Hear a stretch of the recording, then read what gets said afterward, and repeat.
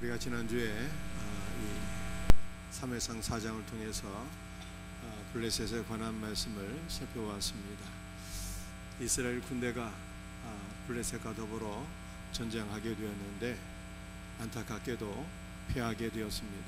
여러분들, 블레셋은 슬퍼하다, 통곡하다라고 하는 뜻을 가지고 있는데 슬픔과 절망의 영을 상징하는 것입니다. 그런데 이 블레셋이 아합의, 즉 요새의 진을 치고 있어서 불신자는 물론이요, 예수를 믿는 신자들도 이 블레셋을 이기기가 어렵다는 거예요. 우리의 가장 강력한 대적이 바로 슬픔과 절망의 영인 블레셋인 것입니다. 그렇다면 우리는 어떻게 이 블레셋과 더불어서 싸워 승리할 수 있습니까? 열왕기하 18장 8장 말씀을 보면 히스기야가 블레셋 사람들을 쳐서 가사와 그 사방에 이르렀다라고 말씀하고 있습니다. 이 히스기야의 이름에 이 비밀이 있는 것이죠. 히스기야는 여호와께서 강하게 하시다라고 하는 뜻을 가지고 있어요. 그런데 히스기야가 어떻게 여호와 안에서 강하게 되었을까요? 이 히스기야라고 하는 단어의 이 근원을 보게 되면은 여호와와 더불어 묶여지고 연합되어지다라고 하는 뜻입니다. 그러므로 우리가 이 블레셋, 슬픔과 절망의 영을 대적해서 승리하려면 우리의 주가 되시는 예수님과 하나로 묶여지고 연합되어질 때 승리하게 된다라고 하는 것을 성경이 말씀하고 있는 것입니다. 이스라엘 군대가 블레셋과의 전쟁에서 패하게 되자 이거 어떻게 하면 이길 수 있을까 고민하다가 뭘 가져오게 되었다고요? 눈에 보이는 언약궤를 가져오게 되었어요. 이 언약궤는 그리스도의 상징이지만 예수님이 안 계신 언약궤는요, 그저 눈에 보이는 나무 궤짝에 불과할 뿐입니다. 이스라엘 군대는 하나님 앞에서 자기의 신앙을 점검하지 아니하고 나무 궤짝을 의지하다가 두 번째 전쟁에서도 패하게 됩니다. 첫 번째 전쟁에서는 4,000명이 죽었지만 두 번째 전쟁에서는 3만 명의 군사들이 죽임을 당하게 되었습니다. 왜 실패한 것입니까? 눈에 보이지 아니하는 우리 주 예수 그리스도를 사모하고 그를 의지해야 되는데 눈에 보이는 것들만 사모하고 의지하다가 전쟁에서 패하게 되었다라고 하는 것입니다. 여러분들, 우리는 눈에 보이지 아니하는 성령의 임재를 통해서 예수님으로 충만할 때 승리하게 되는 거예요. 그렇다면 우리는 어떻게 성령 충만할 수 있습니까? 사도행전 2장 말씀을 보니까 초대교회 성도들이 오순절날에 다 같이 한 곳에 모였다 이렇게 말씀하고 있지 않습니까? 한 마음 한 뜻이 되었다는 거예요. 영적 전쟁에 승리하려면 한 마음 한 뜻이 되어야 됩니다. 그들이 앉아 있었다라고 말씀하고 있어요. 이 앉아 있었다라고 하는 것은 말씀을 경청하는 제사입니다. 말씀을 경청할 때 성령 충만하며 예수로 충만해서 이기게 되는 거예요. 마지막 세 번째는요, 기도해야 되는 것입니다. 기도할 때 성령 충만하고 성령 충만할 때 우리는 슬픔과 절망의 영들이 물러가게 될 것을 믿으시기를 바랍니다. 오늘 두 가지 말씀을 우리가 함께 나누겠습니다. 첫 번째는 영광을 사모한 비느하스의 아내예요. 우리 19절과 21절 말씀을 함께 읽겠습니다. 그의 며느리인 비느하스의 아내가 임신하여 할산 때가 가까웠더니 하나님의 궤를 빼앗긴 것과 그의 시아버지와 남편이 죽은 소식을 듣고 갑자기 아파서 몸을 굽으려 해산하고 이르기를 영광이 이스라엘에서 떠났다 하고 아이 이름을 이가봇이라 하였으니, 엘리 대시장에게 며느리가 있었는데 임신하여 해산할 때가 가까웠습니다. 그런데 해산할 때가 가까이 오게 되었을 때 충격적인 소식을 듣게 되었어요. 그 소식은 이스라엘 군대가 하나님의 언약궤를 블레셋에게 빼앗겼다라고 하는 소식이었습니다. 그리고 자신의 시아버지와 남편이 죽었다라고 하는 이 소식을 듣고 충격을 받아서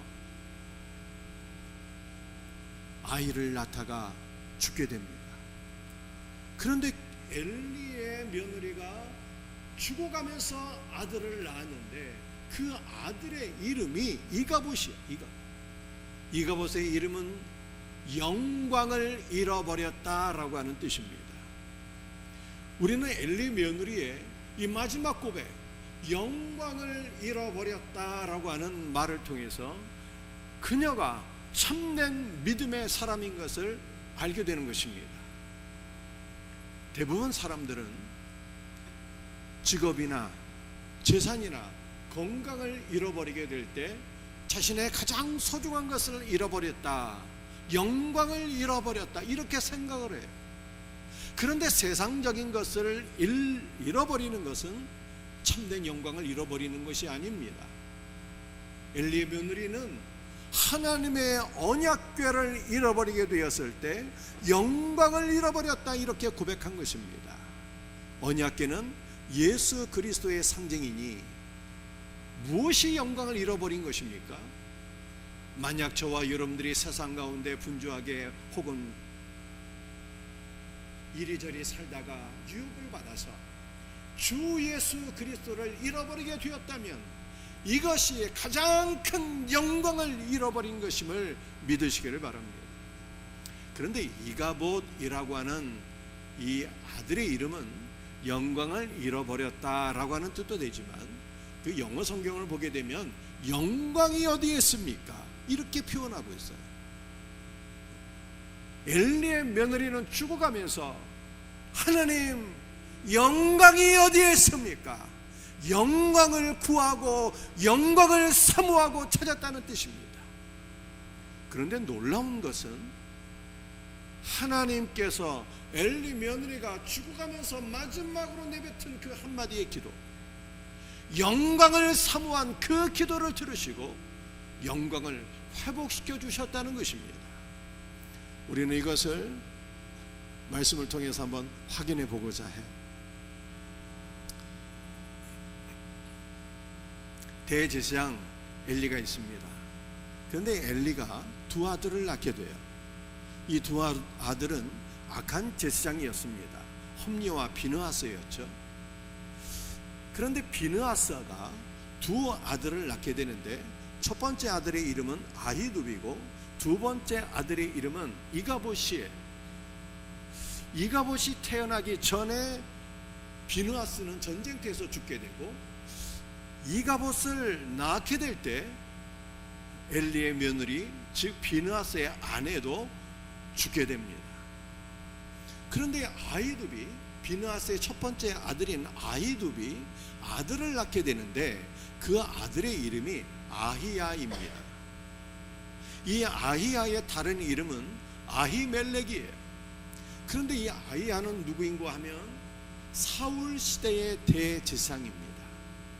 이 아히야가 어떠한 일을 했는가 하면 사울에게 쫓기는 다윗을 구해주게 돼요. 다윗이 살기 위해서 아히야를 찾아가게 되는데 아히야가 굶주린 다윗을 위해서 성전에서 제사장만 먹을 수 있는 진설병을 내어주게 되고 그리고 그를 위하여 칼을 주게 됩니다. 그런데 이것이 사울에게 알려져서 아히야는 물론이고 노브 땅에 있는 모든 제사장들이 다 죽게 되는 학살이 일어나게 되었어요.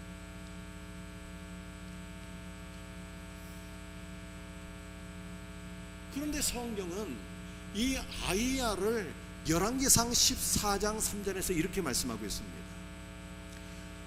이가봇의 형제 아히두베의 아들이다, 이렇게 표현을 해요.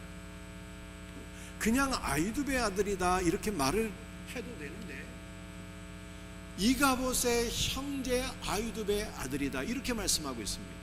이것은 아히두베 일찍 죽어서 아히야를 이가봇이 맡아서 키웠다. 작은 아버지인데 친아버지와 다름없는 관계이다. 이것을 설명하고 있는 것입니다. 이 아히야가 사울에게 쫓기는 다윗을 살린 사람이라고 말씀을 드렸습니다. 그런데 이 아히야에게 아들이 한 명 있었는데 이 아들이 아비아달이었어요. 노브 땅에 있는 제사장들이 다 죽게 되었을 때 아비아달 한 사람이 도망쳐서 다윗에게로 가게 되는데, 이 사람이 다윗 왕 시절에 대제사장으로 하나님 앞에 쓰임을 받게 됩니다. 그런데 마가복음 2장을 보게 되면 예수님께서 아비아달을 칭찬하셨어요. 아비아달은 진정한 사랑의 대제사장이 되어서 사울에게 쫓기는 다윗에게 진설병을 내어주고 그를 섬긴 진정한 나의 일꾼이었다라고 예수님께서 아비아달을 칭찬하셨습니다. 자, 그러니 이가봇이 키운 아히야의 아들 아비아달이 예수님께 칭찬을 받았으니 이것은 영광이 회복된 것입니다. 여러분들, 무엇이 영광이겠어요? 저와 여러분이 예수님을 만났을 때 너는 참으로 착하고 충성된 나의 일꾼이었다, 이렇게 예수님이 우리를 인정해 주신다면 그것이 최고의 칭찬 아니겠습니까? 영광이죠. 영광이 회복되었다는 것입니다. 여러분들, 우리의 영광은 무엇일까요? 사도 바울이 골로새서 1장 27절에서 이렇게 말씀했어요.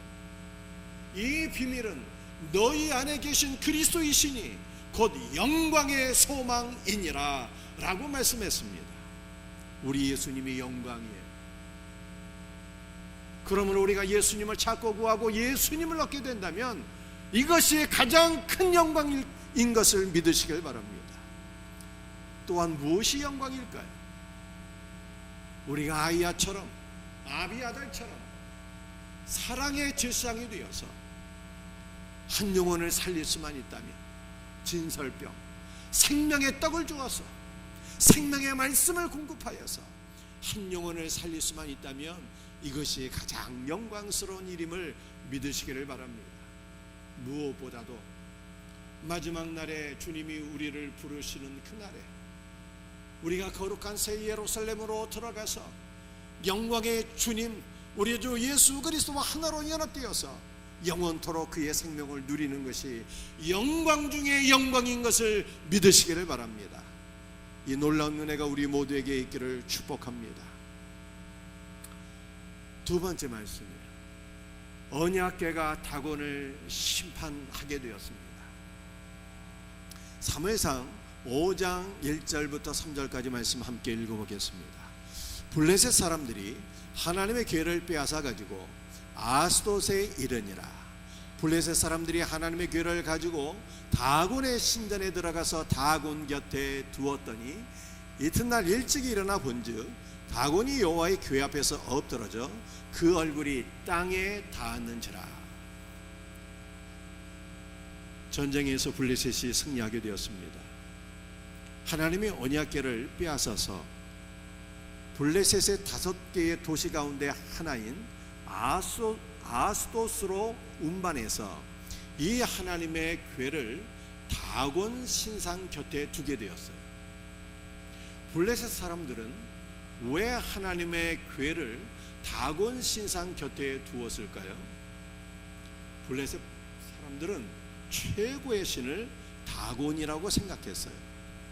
그 다곤 곁에 언약궤를 둔 것은 언약궤도, 즉 이스라엘 백성들이 믿는 하나님도 같이 섬기겠다라고 하는 의미였습니다. 이 블레셋 사람들은 기본적으로 다신론자들이었어요.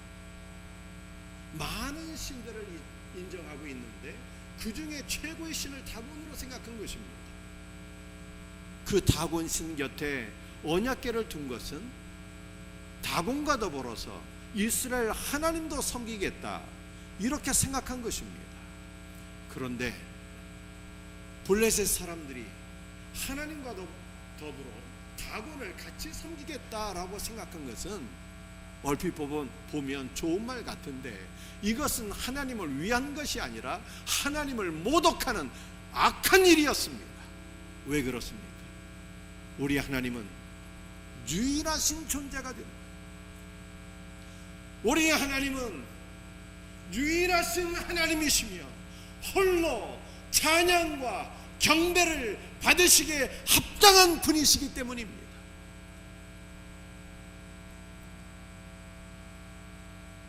하나님의 언약궤를 다곤 신상 곁에 두자 놀라운 일이 두 가지가 일어났습니다. 어떤 일이 일어났을까요? 첫 번째는 그 이튿날 아스도트에 있는 사람들이 신전 안에 들어가 보니까 다곤 신상이 하나님의 궤 앞에 마치 경배하는 것처럼 엎드려져 있는 것을 보게 되었어요.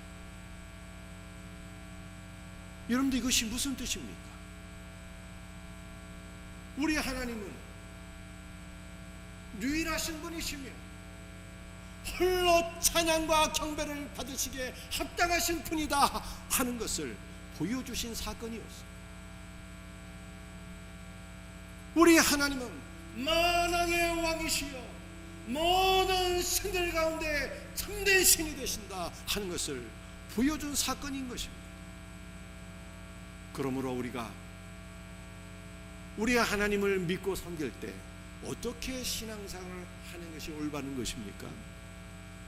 만약 여러분 가운데 어느 분이 나는 하나님도 믿고 조상신도 믿어 이렇게 생각을 하신다면 그거는 신앙생활이 아닌 거예요. 그건 하나님을 섬기는 것이 아닙니다. 하나님을 모독하는 일이에요. 나는 하나님도 믿지만 무당도 의지하고 점도 칠래. 이것은 하나님이 보실 때 가증한 일이 되는 거예요. 가증한 일. 우리 하나님께서는 다곤 신상을 언약궤 앞에 엎드리게 하심으로써 우리 주 예수 그리스도만 유일하신 존재이시며 홀로 찬양과 경배를 받으시기에 합당하신 하나님이신 것을 우리에게 선포하신 것입니다. 그러므로 사랑하는 성도들이여, 여러분이 예수님을 믿고자 하신다면 오직 예수님 한 분만을 온 마음과 뜻을 다하여 믿고 사랑하고 섬길 수 있는 복된 은혜가 있기를 주의 이름으로 축복합니다.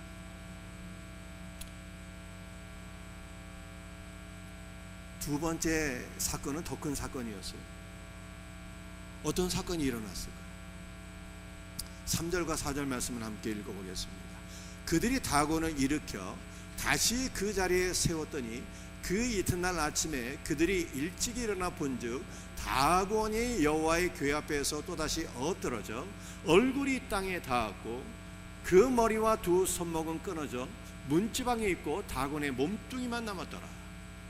아수 사람들이 하나님의 언약궤를 다곤 신상 앞에 놓게 되었는데 첫 번째 놀라운 일은 다곤 신상이 언약궤 앞에 엎드려져 마치 경배하는 것처럼 되었습니다.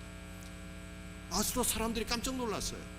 그래서 다곤 신상을 일으켜 세우고 원위치에 놓았는데 그 이튿날 신전 안에 들어가 보니까 너무나도 소스라치게 놀라운 광경이 목격이 된 거예요.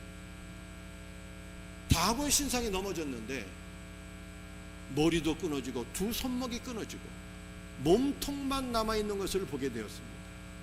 여러분들, 이것이 의미하는 것이 무엇이겠습니까? 두 가지를 의미하는 거예요. 첫 번째는요, 머리가 끊어지고 머리는 지혜를 의미하는 것입니다. 블레셋 사람들이 믿고 의지하는 그 다곤 신, 최고의 신으로 여겨졌는데 그 최고의 신 다곤이라고 하는 존재는 지혜가 없는 존재다라고 하는 것을 하나님께서 말씀하신 거예요. 두 손목이 끊어진 것은 손은 일하는 능력을 가리키는 것입니다. 다곤은 일할 능력이 없는 무능력한 존재인 것을 하나님께서 보여주신 것입니다. 그러므로 우리는 무엇을 믿고 의지해야 되는 것입니까? 여러분들이 주 예수 그리스도 외에 다른 것을 믿고 의지한다면 하나님께서 오늘 우리에게 말씀하시는 거예요. 내가 믿고 의지하는 모든 것들은 지혜가 없고 너를 도울 수 있는 능력이 없는 존재다 라고 하는 것을 우리에게 말씀하신 것입니다. 그러므로 우리는 참 지혜가 되시고 전능하신 하나님, 우리 주 예수 그리스도만 믿고 의지할 수 있는 복된 은혜가 있기를 축복합니다. 두 번째로, 이 다곤 신상이 언약궤 앞에 엎드려져서 머리통이 깨지고 두 손목이 깨어졌는데 이것이 의미하는 것이 무엇일까요? 4절 하반절에 보게 되면 다곤의 몸뚱이만 남았다 이렇게 말씀하고 있어요. 그런데 이 말씀을 킹 제임스 버전을 보게 되니까 킹 제임스 버전에 이 각주가 있어요. 몸뚱만 남았더라 라고 하는 요 말의 각주에 어떻게 되어 있는가 하면은 물고기만 남았더라 이렇게 말씀하고 있습니다. 이것이 의미하는 바가 무엇일까요? 우리 주 예수 그리스도는 우리 안에 있는 우상을 다 깨뜨리고 물고기만 남게 하시는 분이다 라고 하는 것을 보여주는 것입니다. 여러분들 이 다곤이라고 하는 신은 무슨 신인가 하면은 물고기와 곡식을 관장하는 풍요의 신입니다. 일부 지역에서는 이 다곤이 바알의 아버지로 여겨지기도 했어요. 여러분들 바알이 비와 농사를 주장하는 풍요의 신 아닙니까? 그런데 바알에게 아버지가 있었는데 바알의 아버지가 다곤이라는 거예요.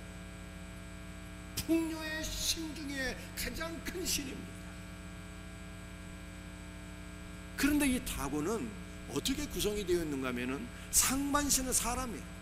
머리도 사람이고 손도 사람입니다. 하반신은 물고기예요. 하반신 물고기예요. 그런데 이 다곤 신상이 언약궤 앞에서 엎드러져서 상반신은 다 깨지게 되었고 물고기의 부분만 남게 되었다 이 뜻입니다. 이것은 언약궤에 계신 우리 주 예수께서 우리 안에 있는 다곤을 다 깨트려 버리신다는 거예요. 우리 안에 뭐가 남아 있습니까? 세상의 물질, 세상의 풍요를 사모하고 의지하는 다곤이 우리 안에 역사하고 있는데 우리 예수님께서는 우리 안에 있는 풍요의 신을 깨트려 버리시고 오직 우리 안에 물고기만 남게 하신다는 뜻입니다. 여러분들 물고기만 남게 하신다라고 하는 것이 무엇일까요? 우리 예수님만 남게 하신다는 뜻이에요.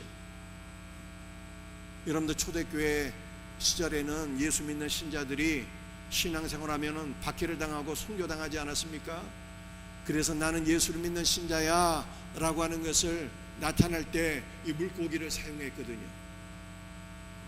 여러분들 물고기는 할라어로 익투스라고 그래. 익투스. 그런데 익투스는요 하나하나의 자음이 이니셜이에요.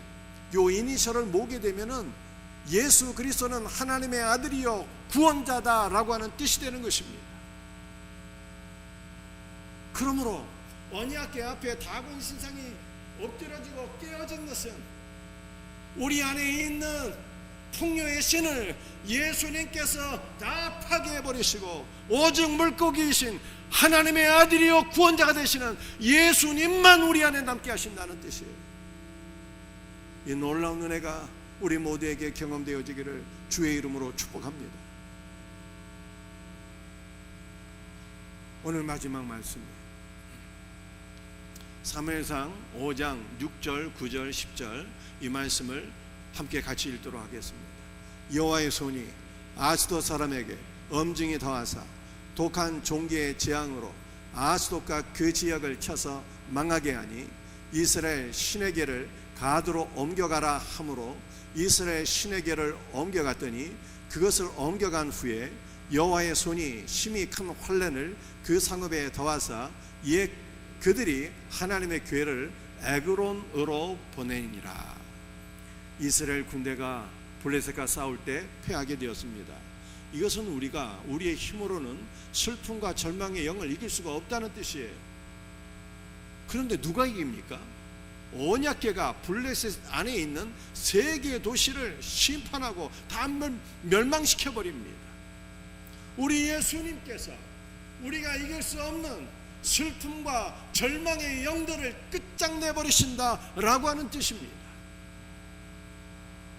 이 아스돗은요 강하다라고 하는 뜻이에요. 이 블레셋 안에 있는 하나의 성입니다. 블레셋은 슬픔과 절망인데 이 슬픔과 절망이 강하다 이 뜻이에요. 슬픔과 절망이 강하면 어떻게 됩니까? 사람이 죽게 돼요. 사망하게 됩니다. 오늘날 현대인들에게 가장 큰 대적이 이 우울증 아닙니까? 우울증과 공황장애, 이거 심하면 죽게 되는 거예요. 이것을 이길 힘이 없어요. 그런데 우리 예수님께서 이 블레셋의 아스돗을 심판하시고 끝장내신 거예요. 그러면 이것은 우리 안에 있는 슬픔과 두려움과 절망을 우리 예수님께서 파괴시켜 버리시고 우리에게 참된 생명을 주신다라고 하는 것을 보여주는 것입니다. 이 언약궤가 블레셋의 가드도 심판하셨어요. 언약궤가 가드로 갈 때 여호와의 엄중한 심판의 손이 가드에 임하게 되었다라고 말씀하고 있습니다. 그런데 이 가드는요, 그 뜻이 포도주 틀이에요. 포도주 틀. 제가 여러분에게 묻습니다. 슬픔과 절망이 강하게 우리에게 엄습해 올 때 사람들은 그 슬픔과 절망을 이기기 위해서 무엇을 찾고 의지하게 됩니까? 우리 성도들은 워낙 이 믿음이 좋아서 잘 경험이 없어서 모르실 것 같아요. 그런데 제가 얘기를 들어보니까 믿지 않는 분들은 이 슬픔과 두려움이 절망이 찾아오게 될 때 보통 술을 찾고 의지한다고 그러더라고요. 잘 모르시죠? 술을 찾고 의지한다고 그래요. 그런데 이 술은 어떻습니까? 잠시 동안만 약효가 있을 뿐이에요. 술에서 깨어나게 되면 더 큰 공허와 절망이 찾아오게 됩니다. 술로서는 슬픔과 절망을 이길 수가 없는 거예요.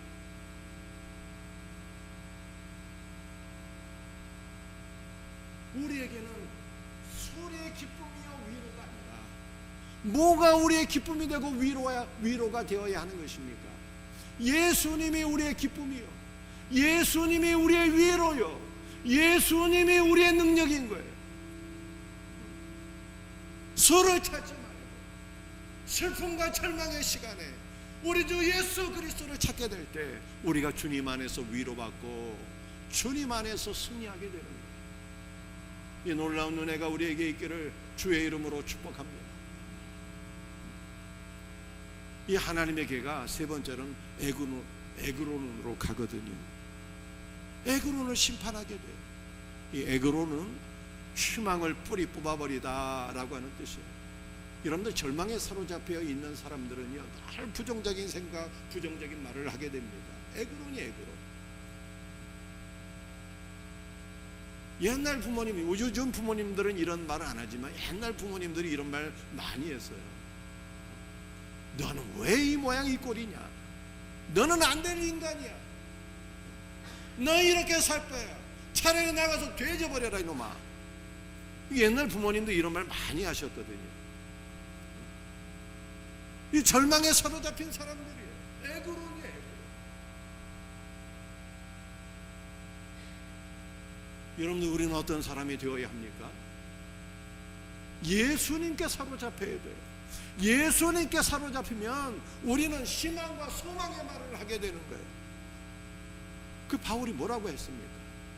내게 능력 주시는 자 예수 그리스도 안에서 모든 것을 할 수 있다고 그랬잖아요.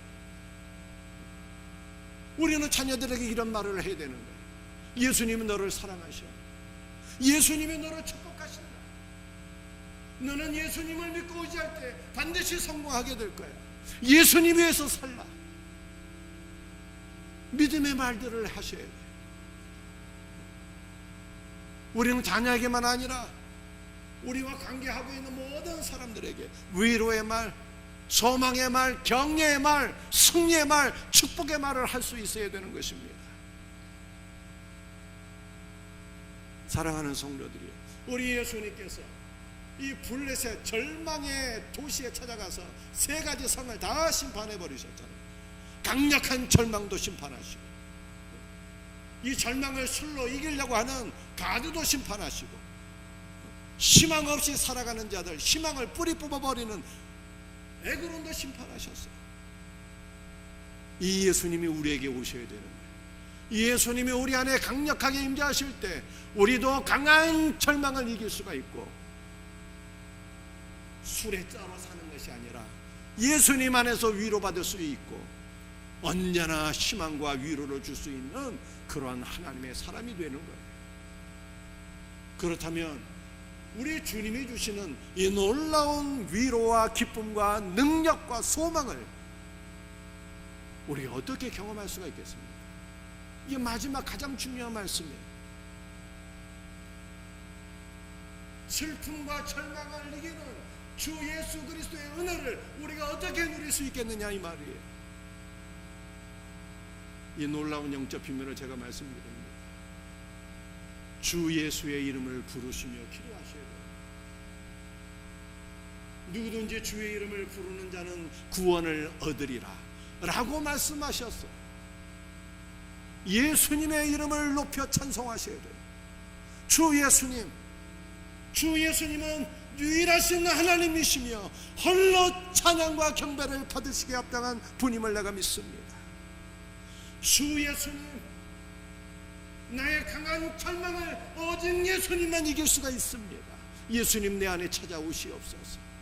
주 예수님, 예수님이 나의 위로가 되시고 예수님이 나의 기쁨이 되시고 예수님이 나의 생명 되어 주옵소서. 예수님의 이름을 부르며 기도할 때 우리 안에 역사하는 강한 슬픔과 절망을 이기고 승리하게 될 것을 믿으시기를 바랍니다.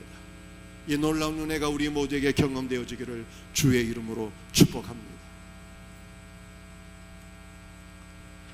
오늘 두 가지 말씀을 나눴어요. 제가 번호 읽으면 여러분들이 내용 읽으시길 바랍니다. 1.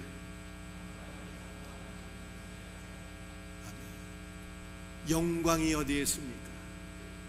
잃어버린 영광을 사모하며 되찾기를 소원했어요. 우리의 영광은 무엇입니까? 예수님을 사모하고 예수님을 구하셔야 돼요. 그럴 때 영광스러운 주의 자녀로 쓰임받게 돼요. 2. 언약궤가 다곤을 심판한 것이 복음이죠. 언약궤이신 그리스도께서 우리 안에 있는 풍요의 신, 세상 물질을 사모하고 찾고 구하는 모든 우상 숭배를 다 끝장내시고 오직 우리 안에 주 예수만 충만하게 하시는 거예요. 언약궤이신 예수님께서 아스도 강력한 절망도 심판하시고 술로서 절망을 이기고자 하는 가드도 심판하시고 에그론 희망 없이 살아가는 희망을 뿌리 뽑아버리는 에그론도 심판하신다고요. 예수님의 이름을 부르며 기도하세요. 예수님 사랑합니다. 예수님 의지합니다. 예수님만 찬양합니다. 주의 이름을 부르며 기도할 때 우리 주님께서 우리 안에 있는 모든 절망의 영들을 물리쳐 주시고 늘 기쁨 안에 그리스도 위로 안에 살아가게 하실 것을 믿으시길 바랍니다.